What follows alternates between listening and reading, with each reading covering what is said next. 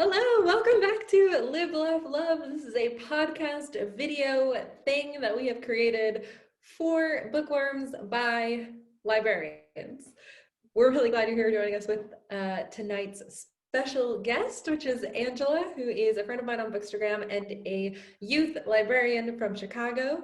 She's at angela's.bookclub on Instagram, and you should definitely go follow her there after we stream tonight's conversation. So, hope you enjoy. Lib Laugh Love with Ingrid and E.T. Oh my god. Man. So we have now been talking for a full hour. I'd just like to point that out. Well, Time flies. it's your podcast, and I'm just here to have fun. So. It's so fun. No, honestly, like I said, it is my excuse to talk to people. Mm-hmm. So I'm like, hey, do you want to come on this thing? We'll edit it and put it on the internet eventually. But But really, it's do you just want to talk and hang out? Perfect. that's really Yes. that's the main issue. It is perfect for talking I'm so and hanging into out. that. Yeah, our intro should honestly be Lib Laugh Love, the podcast where we hang out. And kind of talk about libraries because it's our lives. Sometimes, yes, because Start that's our getting- main interest. The real world where it's start getting real. This is, where they used to say that at the beginning of the real world. I forget it. It's been so long. Oh gosh. Or what was that one show? Am I aging myself? It's the true story of, it was on MTV, and it'd be the real story behind a certain artist. Oh my gosh, MTV. You guys are probably the funniest younger TV than me. I don't know that one, but just judging based on MTV's catalog of shows, I can imagine. Oh my god. Bonkers. It was basically a documentary where they would follow, I don't know, I'm trying to think of a nice. Was it part of one of their years or something? Yeah, and they would go behind the scenes and talk about each other, but then it was just an hour, and then it was kind of behind the music in a sense, okay. But it was MTV's version. See, we didn't have cable in my household until the Red Sox games were no longer put on the normal package. That's so cute. That's so Boston. It's very Boston. Oh my god. I don't have any knowledge of MTV before that point in my life. And was it such a big deal too? Because the Cubs just did that this year, where they have their own network, marquee network, and it was this big thing. They're some people are I'm not gonna watch the Cubs anymore because they're not on WGN, which is our basic cable. Oh my goodness. And, you could watch Cubs games anywhere because it was on WGN, and then now they're just getting so corporate, and I was that you're gonna get it. Come on. Yeah, what else are you gonna do when the baseball game is on? Right. So So they have their own network, so what do they show when they're not playing? Just old games or documentaries, Interviews with players. yeah. So they had a couple weeks ago was their anniversary of winning the World Series, so they showed all the games coming up to that. Which is, I mean, I'm not gonna watch. I love the Cubs so much, but the World Series just gives me anxiety, even though it happened and they won. So I'm watching these games, I'm reverting back into the Wicked Witch from Snow White, where I'm I'm tired. I can't watch this stuff anymore. I think we still have the curse-breaking World Series win for the Red Sox on DVD in this house. I think I could go find it if we wanted to. That sounds about right. We watched it so often because it's the team that everyone that we were really the first time that they had personalities, and we were no, they're just yes, you know what I mean. My friend is from Boston, and we just became friends earlier this year, and that was like how, like, I was talking to her about that, and she was like, I'm like, oh, Johnny Damon, and she's like, Johnny Damon. I was like, that was a very Boston way to say Johnny Damon. I was like, all right, I've seen Fever Pitch, I get it. I had a friend whose like AOL username was like Damon Girl, like whatever numbers afterwards. Like we were such big fans. Okay, so like you are probably close to my age then if you had an AIM screen. But like sometimes I'll remember like what I put as my away message or like what I put in my profile, and I'll just have like existential horror like remember like do you want to share? It's not fun. I'm just like no. Remember when you would send a message and like a song clip would play, like a Rolling Stones, like, and you're like, oh, someone just talked to me. And you're like, why was that like? It was so groundbreaking. It was so exciting. That sounds fun. They should put that in like Facebook Messenger. I don't want to respond to that. Right, they should. Now there's just like GIFs or GIFs, whatever you want to call it. But I say it's GIF because I feel like I'm giving you a gift, you know? A gift of a gift. Yeah. Like, also, that's like, how it should be. Putting that in there, you know? Like, here's David Rose. Like, you're welcome. You are so welcome. I basically only send like Michael Scott, Alexis, and David Rose. Like, that's it. They're the three most expressive TV characters of all time. You can find one for every, like, I have said that, so I'm like, you can find a Michael Scott GIF for like any situation. And it's true. I totally believe that. Completely true. He's quirky, that guy. Oh wait, but speaking of what a two shows. Speaking of TV and AIM, have either of you watched Pen 15? Yes. I watched the first season, not the second one, but I've only just started the second season, but yeah. Oh my god, so cringy, but so amazing. I became obsessed. I'm so happy that they're like adults playing teens, but like in a cringy way. Yes. Elizabeth heard this rant from me like frequently, but like adults playing teenagers where they're like supposed to be sexy freaks me out. Especially when they try to be like, well, then the teacher is their love interest. And I'm like, no, if they were actually 14, they'd be pimply and awkward and like, you know, teenagers. Which this is like every teen drama. Like, this is Riverdale, this is Pretty Little Liars. It's like 24-year-olds who are like, I'm 16. Right. Like, which I love Riverdale, but like. Me too. Yeah. But no, because I saw that and I was like, I can't do this. Like this is just, I hate it so much because like, I mean, all of us have worked with children before and it's like, that's so disgusting. Like you, I don't, it makes me so upset. Yeah. And this is also why I loved Dairy Girls as well as 15 because they're both like, they're adults playing teenagers or like preteens, but they're like so weird. They're so weird. Well, because like teenage girls and boys are weird. They're so weird. They're so weird. They're so weird. And like I love like Pen 15 like because it was like 2001 like when and, like I was in 8th grade in 2001. So like watching I'm like this is exactly how it was. And like we all did look like that because like we don't have TikTok and YouTube to show how to do makeup. So like we thought like putting glitter on our eyes was like cool and like or not even like on your eyes, like here. Here, here, or like just like a dot like here on the side. And then like your like lip smackers or like your glossy like lips and like your hair clips or like I always wear like buns like this like these two like in like bun like pigtails. I love it so much.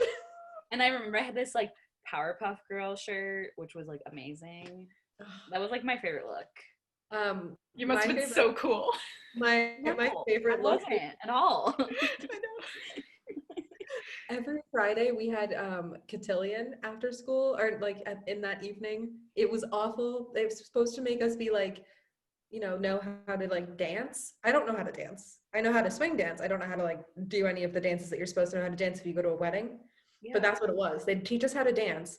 The most like boring person in the entire world would try to teach us how to dance. They'd give us cookies. That was every Friday? Every Friday. And I did it, like, all of our parents made us do this, and it was awful. That's child abuse. My hair does this, and it doesn't do anything else.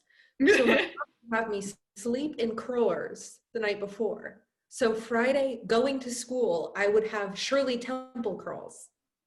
So to counteract that fact, I would wear a pastel blue Gap sweatsuit so that I looked casual with my... You were doing a jumpsuit. So that was my look. Okay. My go-to look. You also were really cool. Like, I just feel like we were before our time. Like, people just, like, didn't appreciate the look. Yeah. I mean, now people are, like, reposting, like, matching sweatsuits again. People are dressing, like, they're wearing, I think it's, like, separate. The oversized tie-dye and, like, the bag. Waist buns are back in, too. Like, the two buns. For sure. I've seen TikTok kids. It's like, so, we were cool. Like, everyone else just didn't know it. But now I'm past it. I can't go back. Oh, God. I can't do the choker. Like, we're good. It feels wrong. I did buy an NSYNC tank top from Target, like the first album cover tank top, and it was like, I was like, oh my God, but I was like, wait, is this supposed to be like vintage? Like, this is like for the kids to be like, oh, look at this vintage like tank top I have, but it was like $15. Like, this was new. You purchased this recently? This year. I got it this year. Okay, but that is so much better than if you bought it at constant price. Yes, that's what I was like. I just made 13-year-old Angela really happy. Bless. I love that so much. So now, I'm just like, I'm rocking it out in 2020. It's about being faithful to your inner child. That's what 2020 is about. If your inner child wants an NSYNC t-shirt, you get it. Mm-hmm. You have to. But I was like, then I went up to the cashier and I was like, oh, like, joke. And I'm like, wait, like, is this supposed to be vintage? Like, and I'm like, man, I'm really old. And she was like, okay. I'm like, man. I'm like, I'm not that old, okay? Like, they say that, like, 40 is the new 30 anyway. So, like, I'm closer to 30 anyway at this point. A little over. Which is the new 20. Yes. Just things that we tell ourselves. I also feel like any job that uses like a barcode scanner is like librarian adjacent. So I feel like there should be some sort of camaraderie there. Like, that's true. I use that every day. we both do the beep beep. We're like beep twins, right? Like, you actually don't check out books, people, though, so you're not part of this club. I'm like, damn, a lot just to make sure the circs are there. But I don't know. Beep beep solidarity. Right? Solidarity. It's for you. For having me on the show. Yeah, to be professional. Thank you so much for having me on the show. Great to have you on and speak to you with our voices instead of our thumbs. I know. I get so excited. I was like so happy that like we connected. Like you said, like I get so happy when I meet like other librarians too. Whitney, you understand. And we also know those like really obscure like books that like some bookstagrammers just like don't know, because like the one I posted yesterday, I'm like, buy the book. I'm like, oh, like I found this book like from like a journal that I was like, the underappreciated gems. Yeah. So Yay. Yay. I can't. So thanks. It was nice to meet you, and it was so nice to meet you. Yes. If you're ever in Boston. I love Boston. Like I've been there twice, but like I want to come back for sure. I really want to go to the Louisa May Alcott house and come. Yes. So like, yeah, they went really cool tours right before quarantine because of the movie. Yeah, the one I had signed up for got canceled, and I was so bummed. I went when I was like 9, and I want to go again so bad. Okay, so I'll come back and we can all go together. Perfect. Perfect. I love this plan. Yeah. And we can do the Timothée Chalamet dance on the porch. Oh, I filmed it there. Like I loved the new one, but I was like, I'm like a 1994. I know. Girl. I know. Like, I just think like Winona Ryder and Christian Bale were like really. I mean, you can't get better. They just were it. And I think like it was a little confusing in the 2020 version when like she was like trying to like go back and forth, but like if you didn't see it or read the book, like if you didn't know the story already, it was weird. Like times I was confused because like Florence Pugh is like amazing, but like she wasn't believable as like young Amy. Because you're like, I know, I was just like, that's a 12-year-old. That's definitely a 12. Yeah.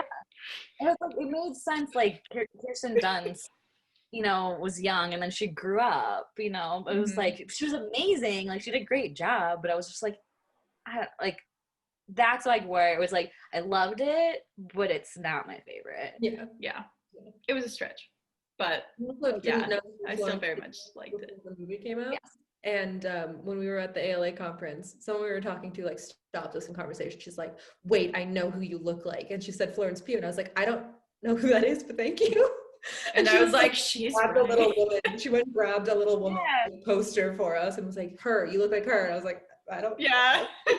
Like, I see it now. Yeah, I see it. The only person I've got it. Yeah. I think since Bangs, it's more young. And you're like, forever.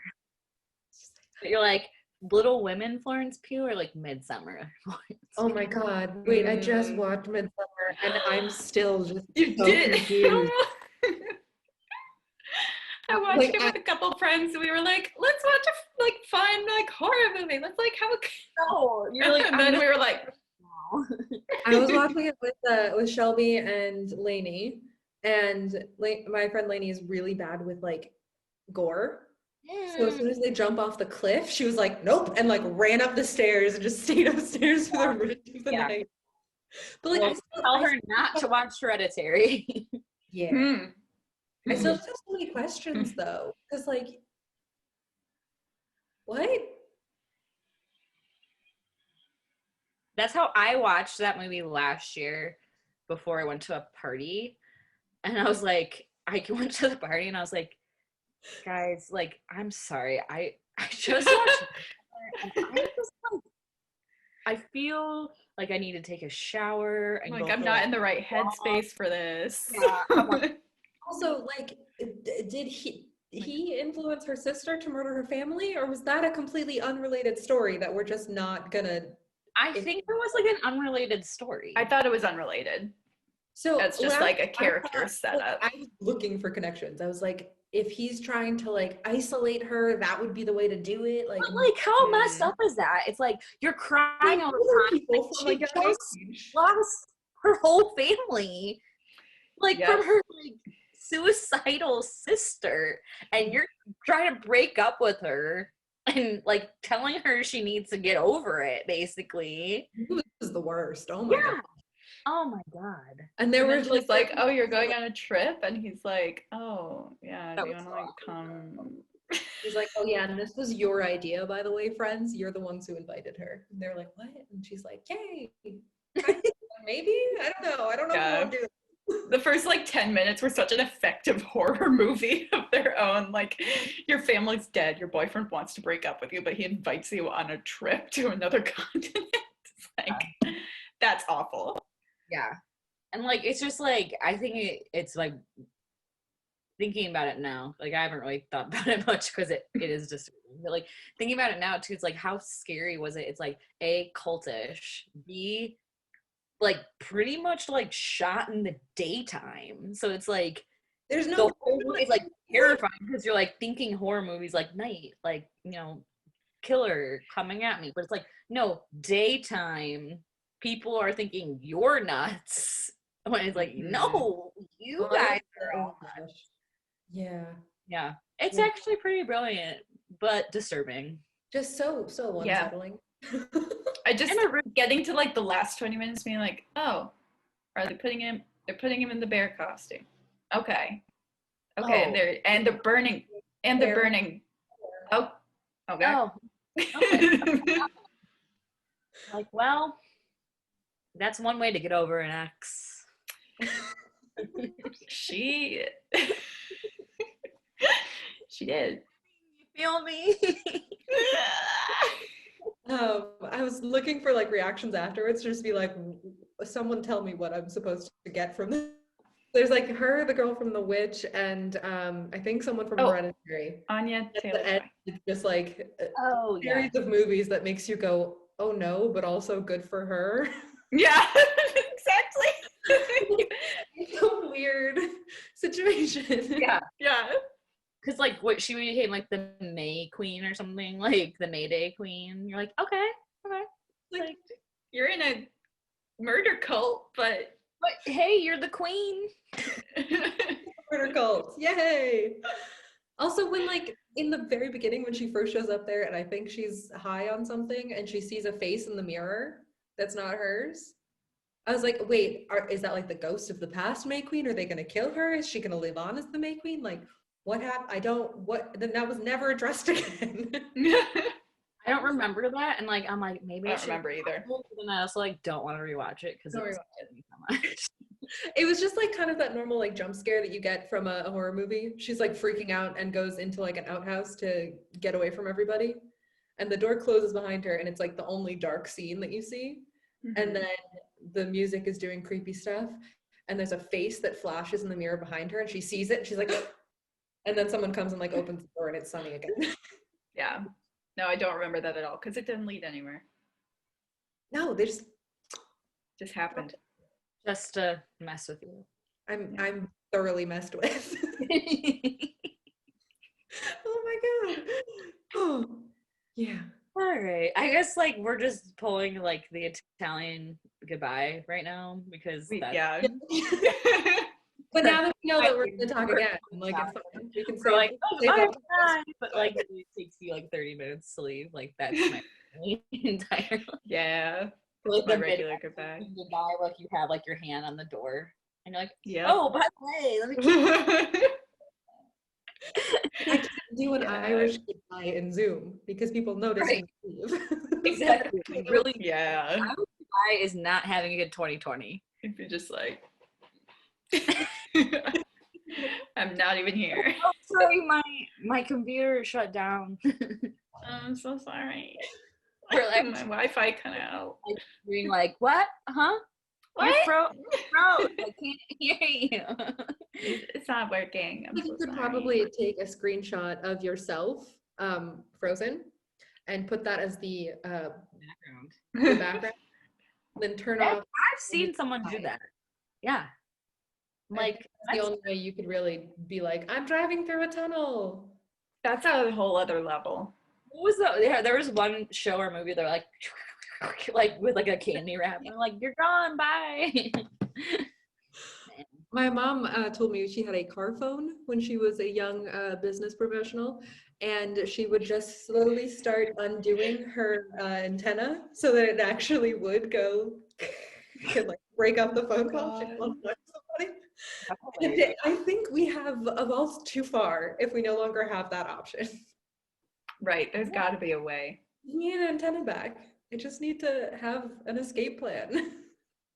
We always do, and sometimes like you never know, like you might need it to like jingle open your. Oh, I thought you were gonna do a sword fight. Yeah, weapon to jingle open something, or like Expelliarmus. I don't know. Yeah, it's a multi-tool. Right. I don't know. Yeah, because if you're weird, it's like a Liz Lemon thing, it's where you're like, if I pretend to be a wizard, that's gonna scare somebody off, right? Like, just Princess Leia. But show up as Leia for the court. Yeah. So it's like that's our thing. Again, thank you so much for joining us for the podcast. It was super fun, and I will see you on Bookstagram on the interwebs. Yes, thanks for having me. I'll see you next time. See you next time.